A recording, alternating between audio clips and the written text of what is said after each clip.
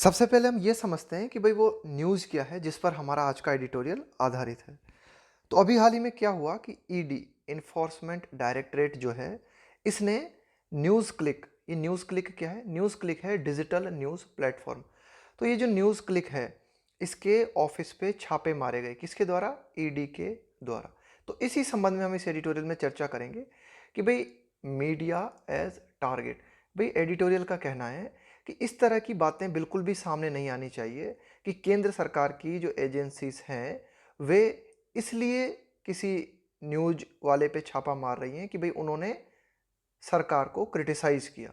Media as target, तो इस editorial का टाइटल दिया गया है मीडिया एज टारगेट, कि भाई मीडिया को निशाना बनाया जा रहा है। There must be no room, इस बात के लिए कोई जगह नहीं होनी चाहिए फॉर सस्पिशन, मतलब संदेह के लिए कोई जगह नहीं होनी चाहिए। सस्पिशन यानी संदेह। दैट कि एजेंसीज आर बीइंग यूज्ड, कि भाई सरकार की जो एजेंसीज हैं उनका यूज किया जा रहा है फॉर कर्बिंग डिसेंट। कर्ब का मतलब होता है रोकना और डिसेंट का मतलब होता है मतभेद, असहमति। कि भाई हो सकता है कुछ न्यूज़पेपर वाले या फिर टीवी चैनल वाले सरकार की पॉलिसीज से असहमत हों और वे अपनी असहमति को प्रकट करें, तो उनकी असहमति को रोकने के लिए सरकारी एजेंसीज का प्रयोग किया जा रहा है। इस तरह का संदेह कहीं भी नहीं उठना चाहिए लोगों के बीच में, ये एडिटोरियल कहना चाह रहा है। ऑर्डिनरली, सामान्यतया, searches and seizures are the legitimate starting point of an investigation. कि भाई इन्वेस्टिगेशन, कोई भी जांच शुरू होती है तो उस जांच के जो प्रथम, जो जांच का जो पहला चरण है या फर्स्ट पॉइंट है ना जांच का, तो क्या किया जाता है जांच के दौरान? सर्च की जाती है ना, तलाशी ली जाती है। सीजर्स का मतलब होता है जब्त करना, कि कोई भी चीज़ मिली आपको जो गलत इलीगल है तो उसको जब्त कर लिया। आर द लेजिटिमेट का मतलब है कानूनी, starting point of an investigation. तो कोई भी जो इन्वेस्टिगेशन स्टार्ट होती है ना, उसका स्टार्टिंग पॉइंट क्या है? सर्च कंडक्ट करना, कोई भी गलत चीज़ मिलती है तो उसको जब्त करना। तो ये कुछ कानूनी बात है, मतलब done on the basis of. तो ये जो सर्च कंडक्ट की जाती है या जो सीजर्स कंडक्ट किया जाता है, इसको डन किया जाता है on the basis of prior information. Done on the basis of prior information. तो ये सर्च कंडक्ट की जाती है ना, यह पूर्व सूचना देकर कंडक्ट की जाती है। ऑन द बेसिस ऑफ, किस आधार पर? On the basis of prior information, पूर्व सूचना देकर।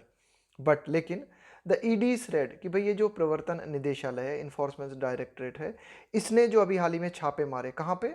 In the office of independent digital news platform. कि भाई एक डिजिटल न्यूज़ प्लेटफॉर्म है, न्यूज़ क्लिक उसका नाम है। इस न्यूज़ क्लिक के ऑफिस पे अभी हाल ही में ईडी के द्वारा जो छापे मारे गए, और कहाँ कहाँ पे मारे गए छापे? And in the residence of its promoter. इसके अलावा न्यूज़ क्लिक को जो लोग प्रोमोट करते हैं उनके आवास पर भी छापे मारे गए। एंड एडिटर इन चीफ, इसके अलावा इसका जो न्यूज़ क्लिक के जो मुख्य एडिटर हैं उनके घर पे भी छापे मारे गए। Have invited justified condemnation. तो एडिटोरियल कहता है कि भाई ईडी के द्वारा ये जो काम किया गया है, ये जो सारे काम किए गए हैं, इन कामों ने आमंत्रित किया है किस चीज को? जस्टिफाइड का मतलब होता है न्यायोचित, न्यायपूर्ण। कंडेमनेशन का मतलब है निंदा। From organisations representing the media, यानी कि मीडिया को रिप्रेजेंट करने वाले जो भी ऑर्गेनाइजेशन है, जो भी संगठन है, उन्होंने ईडी के इस काम की निंदा की है। और ये निंदा जो है बिल्कुल जस्टिफाइड है, मतलब उचित है। देर इज एवरी लाइकलीहुड, पूरी पूरी संभावना है। लाइकलीहुड का मतलब होता है ऐसा होने की संभावना है, दैट कि भाई ऐसा होने की पूरी पूरी संभावना है। That this operation is linked to, link के साथ में टू प्रीपोजिशन आता है। भाई कौन सी चीज किस चीज से जुड़ी हुई है?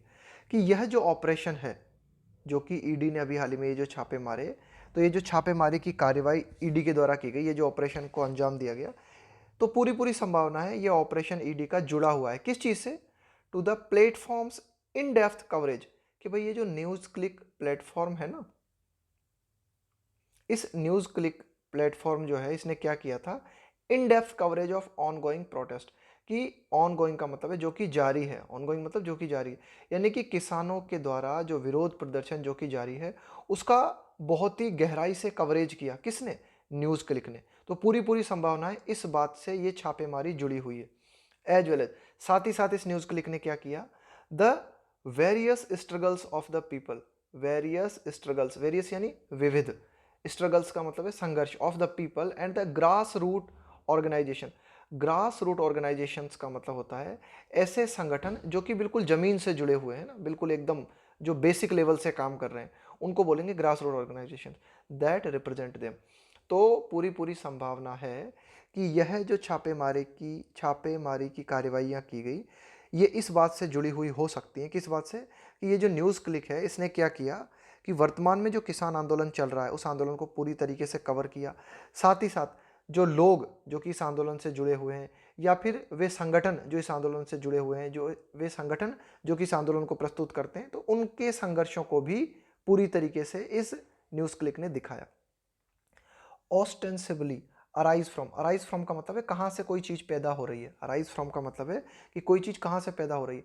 ऑस्टेंसिबली मतलब ऊपर तया तो ऐसा दिखाई देता है ना कि भाई ऊपर ऊपर से देखने में तो ऐसा लगता है, लेकिन पता नहीं सत्य क्या है क्या नहीं है। तो ऑस्टेंसिबली का मतलब होता है कि भाई प्रथम दृष्टया ऐसा प्रतीत होता है, ये पता नहीं है कि वास्तविक रीजन क्या है, लेकिन ऐसा प्रतीत होता है, ऐसा दिखाई देता है ऊपर ऊपर से। अराइजिंग फ्रॉम एन एफआईआर, तो ईडी ने ये जो छापेमारी की कार्रवाई की, ये ऊपर तया देखने पर ऐसे प्रतीत होती है कि भाई ये कहाँ से पैदा हुई है छापेमारी की, कि एक एफआईआर रजिस्टर की गई थी दिल्ली पुलिस के द्वारा सम मंथ्स अगो, कि कुछ महीनों पहले दिल्ली पुलिस के द्वारा एक एफआईआर जो है दर्ज की गई थी न्यूज़ क्लिक के अगेंस्ट, और उसके ऊपर कार्रवाई करते हुए ईडी ने छापेमारी की। The ED is said to be investigating alleged money laundering to the tune of rupees 30 crore. कि भाई ED is said to be, कि भाई ऐसा कहा गया है, ED is said to be investigating, कि भाई ED जो है वह इन्वेस्टिगेशन कर रही है ना। किस बात का इन्वेस्टिगेशन कर रही है? अलीज्ड का मतलब है कथित तौर पे जो कहा गया है, भाई प्रूफ नहीं है लेकिन कथित तौर पे ऐसा कहा गया है कि न्यूज़ क्लिक जो है वह मनी लॉन्ड्रिंग में इन्वॉल्व है। मनी लॉन्ड्रिंग का मतलब होता है कि ये जो आपका गैर कानूनी पैसा होता है ना, इसको बैंक के माध्यम से जो है एक तरीके से आप क्या करते हो, वाइट मनी बनाने की कोशिश करते हो, है ना। कि ये जो मनी लॉन्ड्रिंग होता है, उस मनी लॉन्ड्रिंग में आप क्या करते हो कि पैसा जो कि आपने गलत तरीके से प्राप्त किया है, अब उसको क्या करते हो आप किसी बिजनेस के माध्यम से या फिर बैंक के माध्यम से लीगल बनाने की कोशिश करते हो। तो यही कुछ महीनों पहले एक एफआईआर दर्ज की गई थी दिल्ली पुलिस के द्वारा न्यूज़ क्लिक के अगेंस्ट, और उसी संबंध में ईडी, ऐसा कहना है कि भाई ईडी जो है इसी की पड़ताल कर रही है, इसी मनी लॉन्ड्रिंग की ना, मतलब 30 कितना है 30 करोड़ रुपए की मनी लॉन्ड्रिंग की ही पड़ताल ईडी कर रही है, और इसी संबंध में छापेमारियां की गई है। आगे देखते हैं।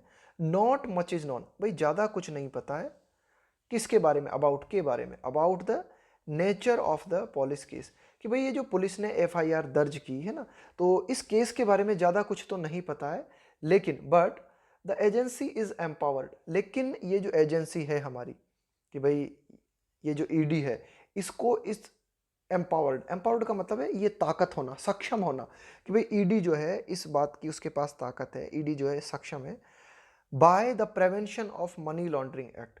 प्रिवेंशन का मतलब है निवारक, कि भाई ये जो कानून है ना हमारा, prevention of money laundering act, कि भाई ये जो मनी लॉन्ड्रिंग को रोकने के लिए जो कानून बनाया गया है, इस कानून के तहत ईडी सक्षम है टू इन्वेस्टिगेट, कि भाई ईडी जो है इस कानून के तहत जांच करने के लिए सक्षम है अगर ईडी को लगता है if the proceeds of crime, proceeds का मतलब है किसी घटना के माध्यम से जो लाभ प्राप्त होता है ना आपको, कि भाई किसी इवेंट के माध्यम से आपको कोई the amount of money received from an activity, कि भाई किसी भी गतिविधि से अगर आपको कोई पैसा प्राप्त होता है तो उसको कहा प्रोसीड्स। कि भाई कोई क्राइम है, उस क्राइम से अगर आपको कोई पैसा प्राप्त हुआ और वो क्राइम रिलेटेड टू, वो क्राइम जुड़ा हुआ है किस चीज़ से, अ प्रेडिकेट ऑफेंस। देखो प्रेडिकेट का मतलब होता है किसी चीज़ के ऊपर डिपेंड होना, ऑफेंस का मतलब है अपराध। प्रेडिकेट ऑफेंस का मतलब होता है किसी अपराध से जुड़ा हुआ और भी ज़्यादा गंभीर अपराध। जैसे जैसे क्या है कि भाई एक तरीके से आपने क्या किया, गलत तरीके से आपने क्या किया कि भाई, जैसे इसको आप समझें कि आपने क्या किया, गलत नोट छाप लिया आपने, है ना, इलीगल तरीके से आपने नोट छाप लिए, तो ये तो हो गया आपका प्राइमरी क्राइम। अब गलत तरीके से नोट छाप के आपने क्या किया, उस मनी को लॉन्डर करने की कोशिश की, यानी कि उस मनी को आपने जो है वाइट मनी में तब्दील करने की कोशिश कर रहे हो, आपकी बैंक के माध्यम से या फिर है ना, किसी अन्य ट्रांजैक्शन के माध्यम से, तो ये क्या हो गया, ये प्रेडिकेट ऑफेंस हो गया। यानी कि प्रेडिकेट ऑफेंस जो है प्राइमरी ऑफेंस के बाद में आता है। तो यही predicate offence have been laundered. Have been launder, launder का मतलब वही होता है, लॉन्डर का मतलब है कि पैसे को मूव करना, है ना। मनी लॉन्ड्रिंग का मतलब यही होता है कि पैसे को मूव करना, जो इलीगल तरीके से आपने पैसा कमाया है उसे बैंक के माध्यम से या किसी बिजनेस ट्रांजैक्शन के माध्यम से लीगल दिखाने की कोशिश करना, उसको बोलते हैं लॉन्ड्रिंग, है ना।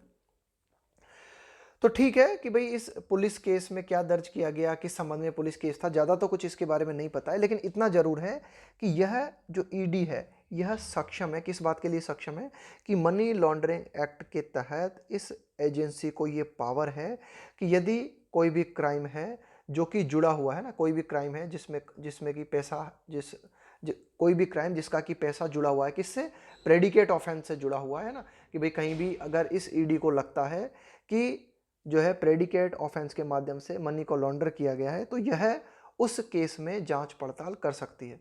आगे देखते हैं, whether such a primary offence has been established और नॉट। तो अब ये जो छापेमारी हुई, यहां पर पहले आपको ये दिखाना पड़ेगा ना कि भाई प्राइमरी ऑफेंस हुआ था, प्राइमरी ऑफेंस हुआ था कि भाई गलत तरीके से पैसा कमाया गया और इसके बाद में से मनी लॉन्ड्रिंग करने की कोशिश की गई। तो ये जो ईडी है इसका रोल आता है कहां पर, प्रेडिकेट ऑफेंस में। तो वेदर कि क्या such a primary offence has been established और नॉट, कि क्या कोई प्राथमिक अपराध हुआ था, है ना, उसको स्थापित किया गया था या नहीं किया गया था, इसके बारे में तो नहीं पता। एंड इफ सो, अगर ऐसा है कि भाई हाँ प्राइमरी ऑफेंस हुआ था, तो whether news click is any way linked to it, तो क्या ये जो प्राइमरी ऑफेंस किया गया था उस प्राइमरी ऑफेंस से न्यूज क्लिक जो है किसी भी रूप में जुड़ा हुआ है, इज अनक्लियर, यह स्पष्ट नहीं है। हाउएवर, हालांकि in the light of the manner, in the light of का मतलब है कि भाई इसको ध्यान में रखते हुए, तरीका, इस तरीके को ध्यान में रखते हुए, किस तरीके को, इन विच, जिस तरीके का प्रयोग करते हुए, in which the central agency is wont, ये WONT, वांट का मतलब होता है किसी चीज का अभ्यस्त होना, किसी चीज का आदी होना, to enter the scene to investigate both real and imaginary allegations against anyone. Editorial कहता है हालांकि इस तरीके को अगर हम ध्यान रखें, इस मैनर को अगर हम ध्यान में रखें, इस मैनर के प्रकाश में अगर हम देखें, किस तरीके को हम ध्यान में रखें, कि वो तरीका जो कि सेंट्रल एजेंसी अपनाती है, सेंट्रल एजेंसी कि भाई ये जो केंद्रीय एजेंसी है ना ईडी, वह अभ्यस्त है, किस चीज की अभ्यस्त है, to enter the scene to investigate, कि भाई किसी भी जगह पे वह जो है इन्वेस्टिगेशन के लिए जो है प्रवेश कर जाती है ना, चाहे मतलब वास्तविक अपराध हो या फिर काल्पनिक आरोप लगाए गए हों, अलिगेशंस अगेंस्ट एनीवन, किसी के भी खिलाफ, वोकली क्रिटिकल, वोकली यानी मौखिक रूप से, क्रिटिकल होना का मतलब है किसी की आलोचना करना, क्रिटिकल ऑफ द गवर्नमेंट, कि कोई भी जो कि मौखिक रूप से सरकार की आलोचना करता है, उसके खिलाफ जो भी आरोप लगाए जाते हैं वे चाहे आरोप रियल हो या फिर इमेजिनरी हो, तो फिर क्या करती है ये जो ईडी है, वह उसकी जांच करने के लिए उस जगह पे घुस जाती है, उसकी अभ्यस्त है। It is difficult to brush aside, तो इन चीजों को ध्यान में रखते हुए, ब्रश असाइड का मतलब होता है किनारे कर देना, है ना, इस बात को नजरअंदाज कर देना, इस बात को साइड में कर देना। It is difficult to brush aside, कि इस बात को हम साइड में नहीं कर सकते, किस बात को साइड में नहीं कर सकते, द सस्पिशन, कि भाई ये संदेह तो उठता ही है, कौन सा संदेह, that the website is being targeted for its coverage of the farmers agitation, कि भाई ये जो वेबसाइट है ना न्यूज क्लिक, इसको निशाना बनाया जा रहा है for its coverage of the farmers agitation, कि भाई इस न्यूज क्लिक वेबसाइट ने किसानों का ये जो मूवमेंट है, एजिटेशन मतलब आंदोलन या मूवमेंट जो है, इसको बहुत गहराई से कवर किया, तो इसी के चलते इस वेबसाइट को निशाना बनाया जा रहा है। इस संदेह को हम दरकिनार नहीं कर सकते ना, इस संदेह को, मतलब ये संदेह तो उठता ही है। एज वेल एज, साथ ही साथ इस न्यूज क्लिक ने क्या किया, last years country wide protest, कि भाई पिछले साल पूरा देशव्यापी जो विरोध प्रदर्शन हुआ था ना, किसके खिलाफ, the citizenship amendment act, amendment का मतलब है संशोधन, कि भाई नागरिकता संशोधन विधेयक, नागरिकता संशोधन जो कानून था, इसको लेकर पिछले साल जो देशव्यापी विरोध प्रदर्शन हमें देखने को मिला था, उससे संबंधित कवरेज भी न्यूज क्लिक ने किया था। और इस बार भी ये जो किसान आंदोलन चल रहा है, इसका फुल कवरेज जो है न्यूज क्लिक ने किया। तो हो सकता है इसी बात को ध्यान में रखते हुए भाई सरकार को लगा हो कि ये जो न्यूज़ क्लिक है सरकार की कुछ ज़्यादा ही आलोचना कर रहा है, तो इस बात को ध्यान में रखते हुए न्यूज़ क्लिक को निशाना बनाया गया हो, तो इस संदेह को हम दरकिनार नहीं कर सकते। आगे देखते हैं। The present regimes record is quite dismal. Dismal का मतलब है निराशाजनक। रेजिम, रेजिम का मतलब है व्यवस्था। यहाँ पे व्यवस्था से मतलब है वर्तमान जो शासन है ना, उसके लिए कहा गया है द प्रेजेंट रेजिम, कि वर्तमान जो शासन है, वर्तमान जो शासन व्यवस्था है, उसका रिकॉर्ड इज क्वाइट डिसमल। वो बहुत ही ज़्यादा है ना, काफ़ी। इज क्वाइट डिसमल का मतलब है पर्याप्त रूप से या काफ़ी निराशाजनक है। वर्तमान जो प्रशासन है ना, या जो वर्तमान सरकार है, उसका जो रिकॉर्ड है वो बहुत ही निराशाजनक है। व्हेन इट कम्स टू, जब बात आती है, when it comes to the obvious, स्वाभाविक use of central agencies such as the CBI, ED, IT, कि भाई वर्तमान जो सरकार है ना, उसका बहुत ही निराशाजनक रिकॉर्ड हम देखते हैं जब बात आती है कि वर्तमान सरकार क्या करती है कि जो केंद्रीय एजेंसीज है ना, जैसे कि सीबीआई है, ईडी है, या फिर आईटी है, and even the national investigation agency NIA है, तो इनका प्रयोग करती है वर्तमान सरकार टू रेन इन। रेन इन का मतलब होता है किसी चीज को कंट्रोल करना। तो इन सारी एजेंसीज का प्रयोग वर्तमान सरकार के द्वारा किया जाता है कंट्रोल करने के लिए। किस चीज को कंट्रोल करने के लिए? Dissenting voices. डिसेंट का मतलब है, वॉइसेस का मतलब है आवाज, यानी कि ऐसी आवाजें जो कि सरकार से मतभेद रखती हैं, ऐसी आवाजें जो कि सरकार से असहमति रखती है, यानी कि कोई भी व्यक्ति है या फिर कोई भी ऑर्गेनाइजेशन है, वह सरकार की पॉलिसीज को अगर क्रिटिसाइज करता है तो उनके खिलाफ सीबीआई, ईडी, आईटी और एनआईए का यूज करना वर्तमान सरकार के लिए बहुत ही कॉमन बात है। इट इज अनफॉर्चुनेट, यह दुर्भाग्यपूर्ण है, that specialized agencies are allowing themselves to be used as force multipliers in political battles.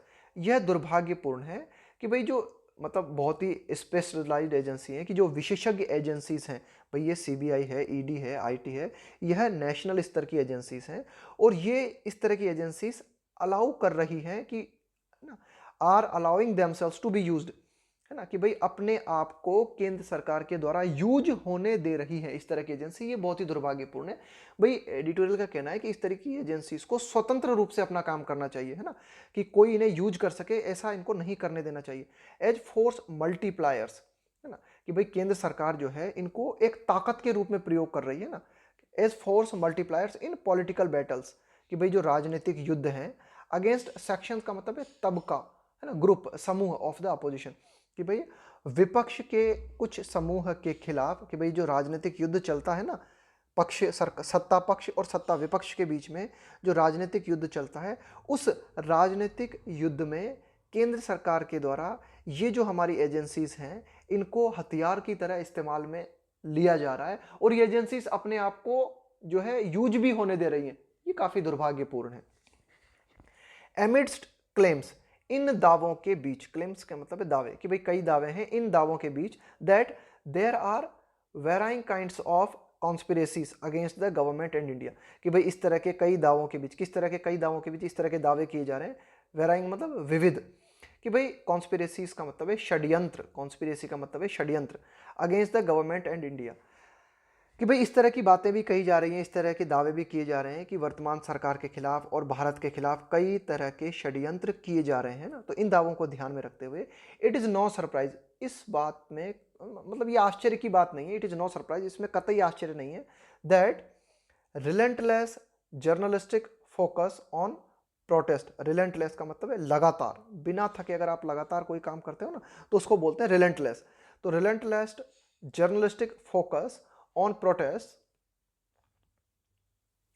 which are basically steps taken in pursuit of redress for public grievances, is inviting repressive action। तो editorial क्या कहता है कि भाई ठीक है, इस तरह के दावे भी कई तरह के सामने आ रहे हैं कि भाई केंद्र सरकार जो है और भारत सरकार, केंद्र सरकार जो है या फिर भारत के खिलाफ कई तरह के षड्यंत्र किए जा रहे हैं, इस तरह के दावे आ रहे हैं ना, इस तरह के दावे किए जा रहे हैं। तो इस तरह के दावे करते हुए यह कोई आश्चर्य की बात नहीं है कि relentless journalistic focus on protest, कि भाई जो पत्रकारिता के माध्यम से जो विरोध प्रदर्शन होते हैं उनके ऊपर जो ध्यान केंद्रित किया जा रहा है ना, रिलेंटलेस का मतलब है लगातार जो पत्रकार जो कि विरोध प्रदर्शनों पे अपना फोकस कर रहे हैं ना, विच आर बेसिकली स्टेप, तो पत्रकारों के द्वारा ये जो प्रोटेस्ट किए जाते हैं उन पे अगर फोकस किया जा रहा है तो ये क्या है, विच आर बेसिकली, मूल रूप से ये कदम है पत्रकारों के द्वारा टेकन, जो कि लिए गए हैं इन परस्यूट। परस्यूट का मतलब है किसी चीज को फॉलो करते हुए, किसी चीज का अनुसरण करते हुए।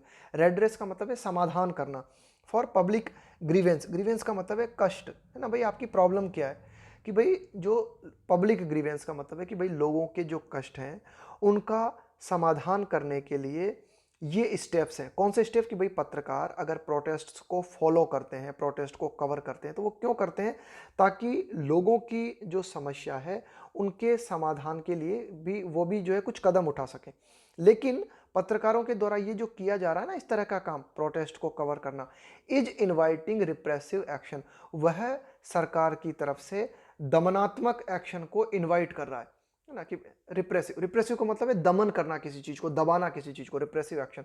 तो इन ये पत्रकार जो कि प्रोटेस्ट को कवर करते हैं इनके खिलाफ दमनात्मक कार्रवाई की जाती है, इनको दबाने की कोशिश की जाती है। इस तरह के अगर काम पत्रकार करते हैं ना, तो ये एडिटोरियल कह रहा है। और क्या सहारा लिया जाता है, ये सहारा लिया जाता है कि भारत सरकार के खिलाफ या फिर वर्तमान सरकार के खिलाफ, है ना, विदेशों की तरफ से कुछ षड्यंत्र किए जा रहे हैं।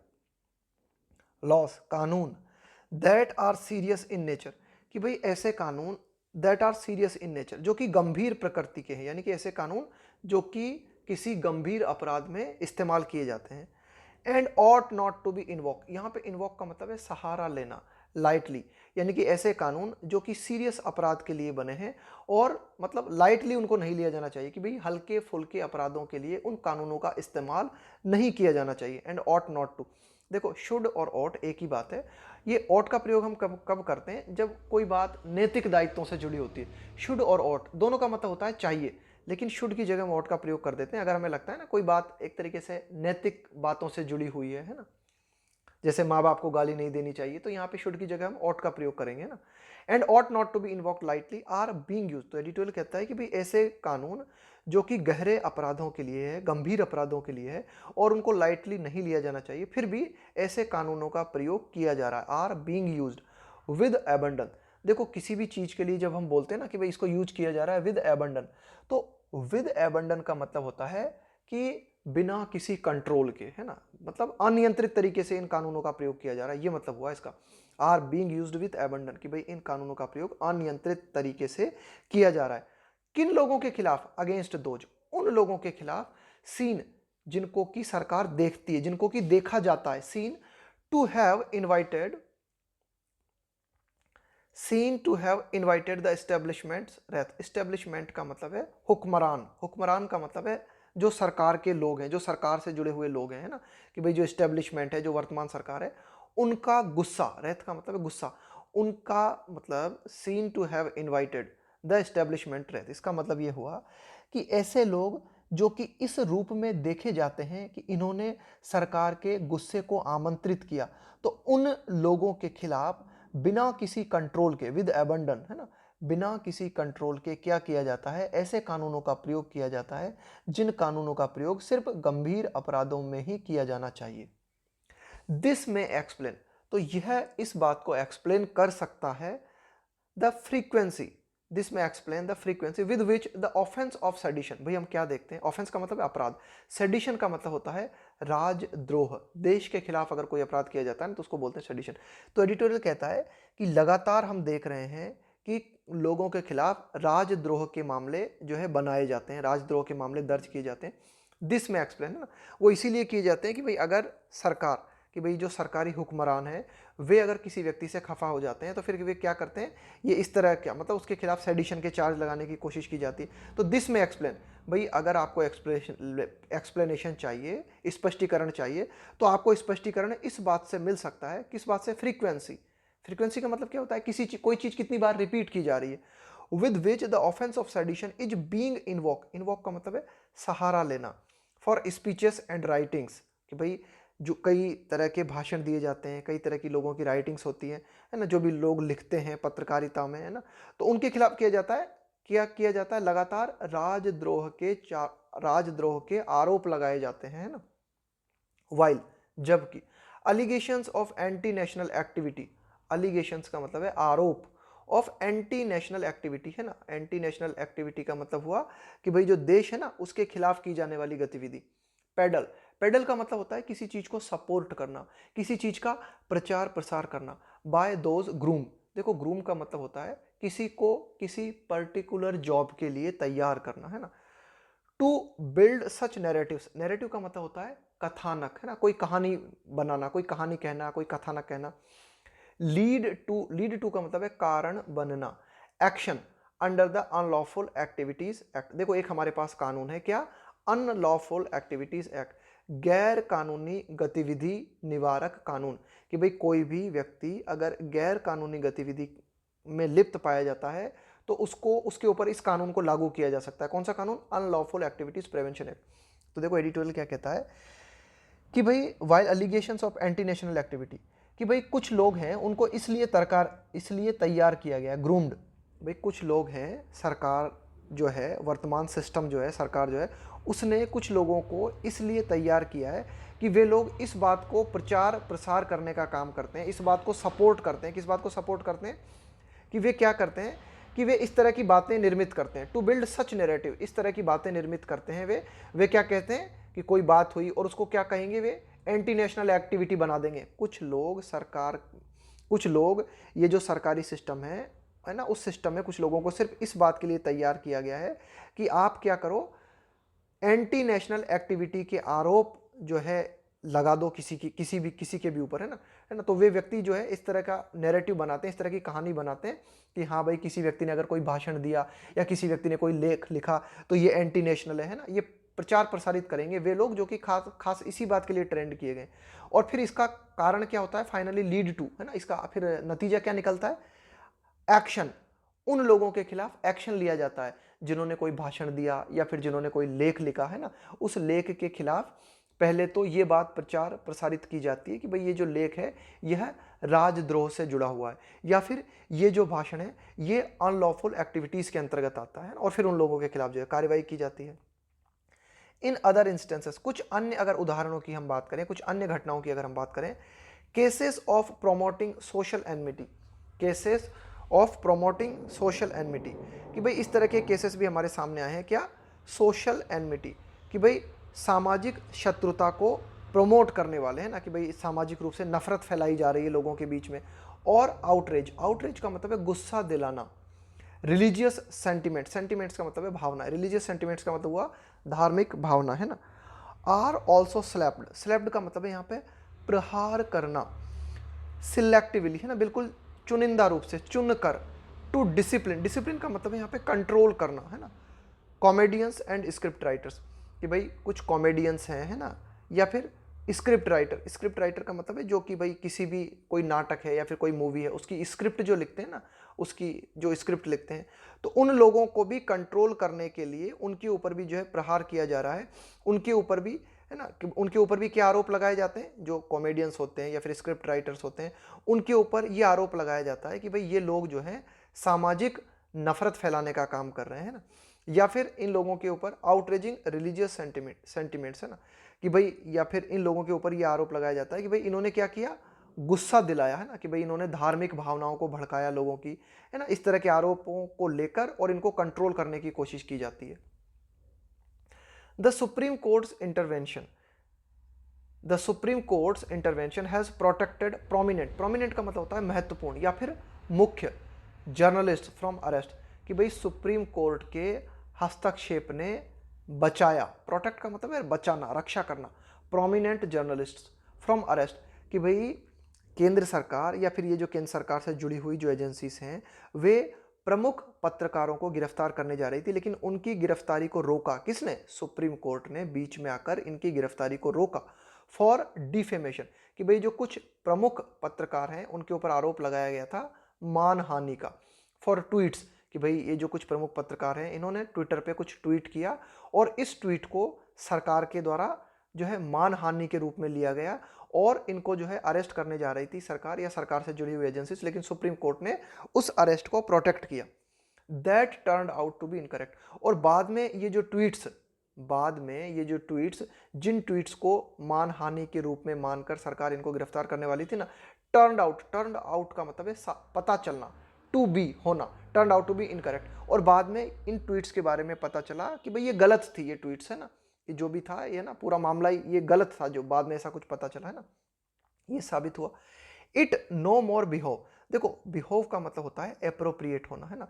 It no more behaves a responsible and responsive government, कि रेस्पॉन्सिबल का मतलब है कि भाई जिम्मेदार, है ना, रेस्पॉन्सिव का मतलब है जवाब देने वाली, है ना, कि भाई रेस्पॉन्सिव, कि भाई एक जवाबदेह सरकार जो है ना, एक जिम्मेदार जो सरकार है उसको यह बात शोभा नहीं देती। यहाँ बिहेव का मतलब है कि भाई यह उपयुक्त नहीं है, यह उपयुक्त नहीं है, यह बात शोभा नहीं देती।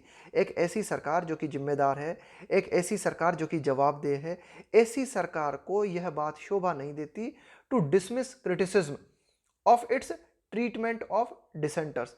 टू डिसमिस का मतलब है, मतलब एकदम खारिज कर देना, क्रिटिसिज्म का मतलब है आलोचना, of its treatment of dissenters, कि भाई सरकार को क्या करना चाहिए, जो भी डिसेंटर्स हैं, डिसेंटर्स का मतलब है मतभेद रखने वाले, असहमति रखने वाले, है ना, सरकार की पॉलिसीज की जो आलोचना करते हैं उनकी आलोचना को पूरी तरीके से खारिज कर देना, है ना, उनके साथ गलत बर्ताव करना वर्तमान सरकार को शोभा नहीं देता, है ना, इंक्लूडिंग जर्नलिस्ट, है ना। तो डिसेंटर्स में कौन कौन हो सकते हैं, मतभेद रखने वाले, कि भाई पत्रकार हो सकते हैं सारे के सारे, who do not agree with it, भाई कई पत्रकार हो सकते हैं जो कि सरकार से एग्री नहीं करते हैं, है ना। तो उनको क्या करती है सरकार, उन पत्रकारों के संबंध में सरकार का ऐसा कहना कि भाई ये जो पत्रकार हैं ये मोटिवेटेड हैं, ये प्रेरित हैं, है ना, इंस्पायर्ड का मतलब यही होता है प्रेरित होना, बाय फॉरेन एलिमेंट्स, कि भाई फॉरेन एलिमेंट्स का मतलब है विदेशी तत्व, कि भाई कुछ विदेशी तत्व हैं, कुछ विदेशी लोग हैं, वे भारत के खिलाफ साजिश रच रहे हैं, और उस साजिश में ये जो पत्रकार हैं जो कि सरकार की आलोचना कर रहे हैं वे भी शामिल हैं।